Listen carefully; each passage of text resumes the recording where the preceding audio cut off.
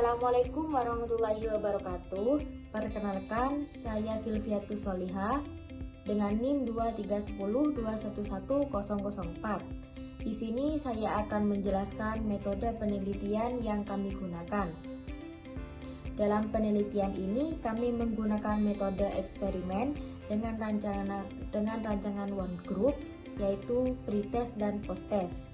Jadi, tekanan darah responden diukur 2 kali, yaitu sebelum dan sesudah perlakuan. Penelitian ini melibatkan 15 mahasiswa FKIP Universitas Muhammadiyah Jember yang perokok aktif. Pemilihan responden dilakukan menggunakan purvasi sampling, yaitu dipilih sesuai dengan kriteria yang telah ditentukan. Sebelum pemeriksaan, responden diminta untuk tidak berolahraga berat, tidak meminum minuman yang mengandung kafein, dan tidak merokok, agar hasil pengukuran tekanan darah lebih akurat. Sementara itu, mahasiswa yang memiliki riwayat penyakit jantung, hipertensi, sedang mengkonsumsi obat tekanan darah, atau tidak mengikuti seluruh prosedur penelitian tidak dimasukkan sebagai responden, supaya data yang diperoleh kita benar-benar valid. Assalamualaikum warahmatullahi wabarakatuh. Perkenalkan, nama saya Lilis Anggraini dari Prodi Pendidikan Biologi Universitas Muhammadiyah Jember. Nah, di sini kami dari kelompok 1 melaksanakan penelitian tentang pengaruh konsumsi rokok kretek terhadap perubahan akut tekanan darah mahasiswa perokok aktif FKIP Universitas Muhammadiyah Jember.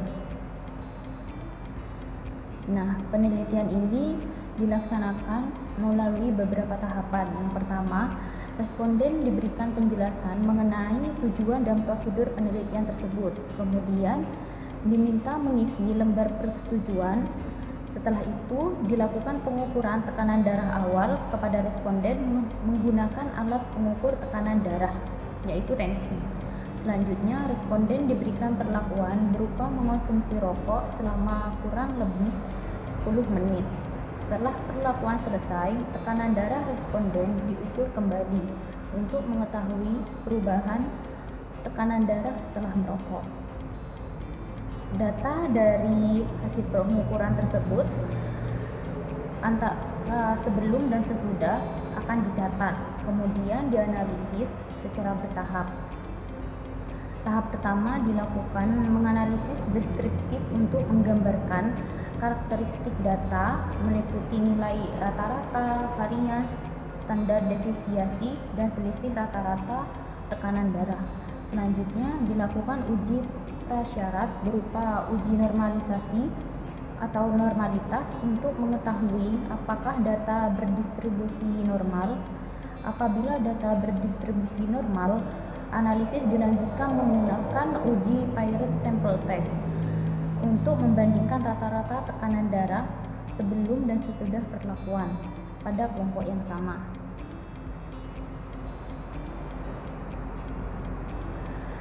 Nah, namun apabila data tidak berdistribusi normal, digunakan uji non-parametric Wilcoxon Signet Rank test sebagai alternatif untuk menguji perbedaan tekanan darah sebelum dan sesudah perlakuan tersebut. Assalamualaikum warahmatullahi wabarakatuh. Perkenalkan, nama saya Muhammad Adli. Saya dari kelompok 1 dengan NIM 23102110002. Untuk hasil pengamatan dari mini riset kita ini, itu disajikan sebuah tabel. Yang pertama ini adalah tabel analisis deskriptif dari data tekanan darah sistolik maupun diastolik. Di sini kita bisa lihat tabelnya itu rata-rata tekanan darah sistolik sebelum perlakuan dari 15 responden ini yaitu 121,3 mmHg. Oke, sesudah perlakuan itu meningkat menjadi 132,4 mmHg. Dari sini kita dapat menyimpulkan bahwasanya mengonsumsi rokok itu dapat mempengaruhi perubahan tekanan darah secara akut pada sistolik karena terjadi peningkatan rata-rata yang dengan sejumlah 11,1 mmHg. Kemudian kita bisa lihat di tabel diastoliknya itu rata-rata sebelum perlakuan dari ke-15 responden ini yaitu 74 mmHg. Kemudian sesudah diberi perlakuan itu ternyata naik hingga menjadi 78,6 mmHg. Dan juga dapat disimpulkan bahwasanya mengonsumsi rokok ini itu dapat menaikkan tekanan darah distolik secara akut dengan peningkatan rata-rata itu sejumlah 4,6 mmHg. Setelah kita analisis data secara deskriptif, kemudian kita analisis data secara statistik. Kita uji normalitas serta uji homogenitas sebagai syarat nanti menggunakan uji parametrik ataupun uji non-parametrik. Oke, untuk uji normalitas dan homogenitas dijadikan sebagai di tabel selanjutnya. Itu bisa dilihat bahwasanya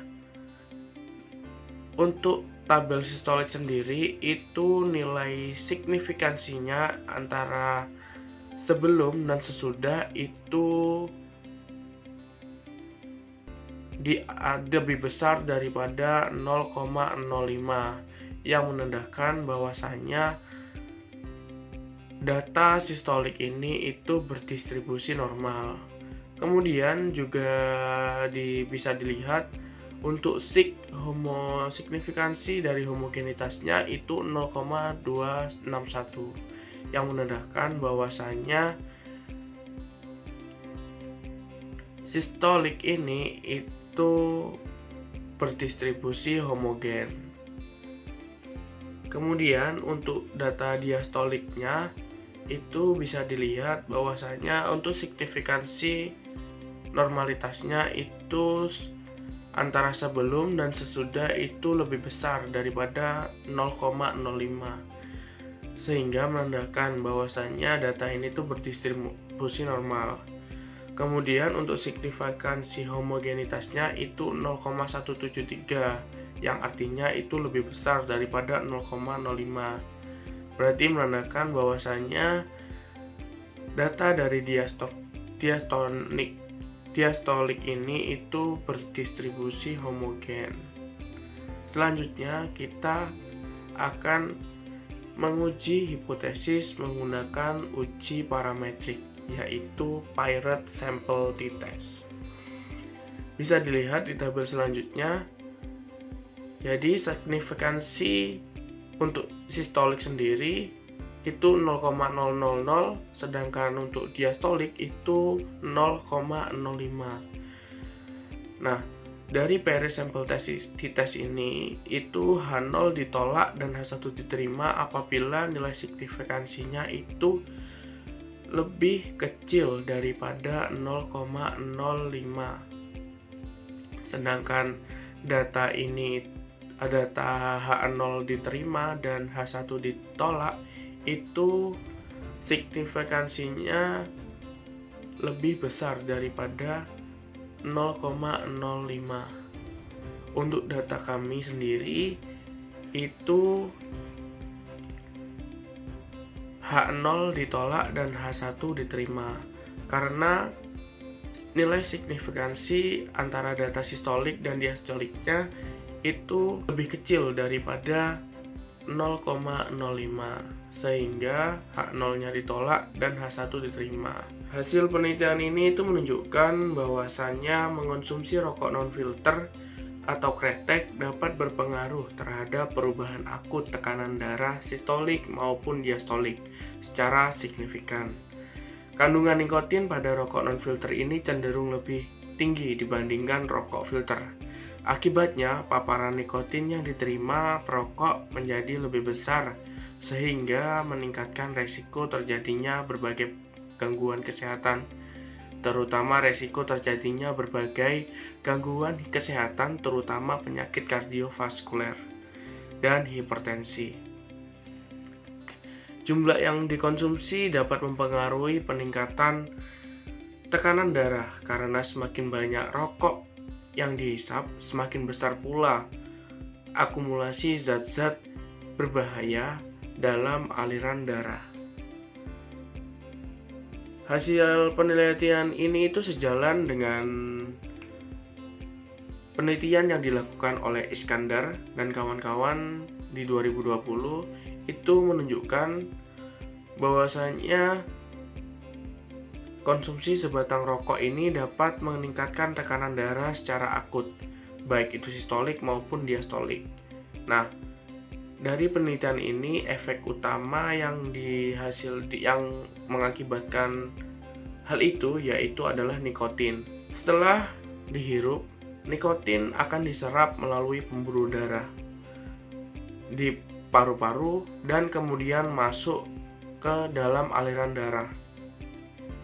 Dalam hitungan detik, nikotin ini itu akan mencapai otak dan merangsang sistem saraf untuk mengirimkan sinyal kepada kelenjar adrenal agar melepaskan hormon epinefrin atau adrenalin. Pelepasan hormon ini itu menyebabkan peningkatan frekuensi denyut jantung, kontraktilitas otot jantung, serta penyempitan pembuluh darah atau vasokontraksi. Akibatnya, jantung akan memompa darah dengan tekanan yang lebih tinggi sehingga tekanan darah sistolik maupun diastolik ini meningkat. Kemudian ada beberapa penyebab lain daripada itu yang sifatnya itu kronis atau jangka panjang juga.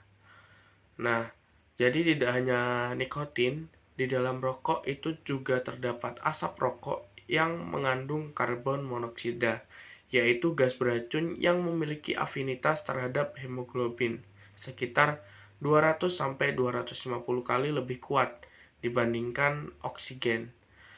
Karbon monoksida ini itu akan berikatan dengan hemoglobin, membentuk karboksihemoglobin, sehingga mengurangi kemampuan darah dalam mengangkut oksigen ke jaringan. Akibatnya, suplai oksigen ke organ-organ tubuh menjadi berkurang dan jaringan mengalami hipoksia.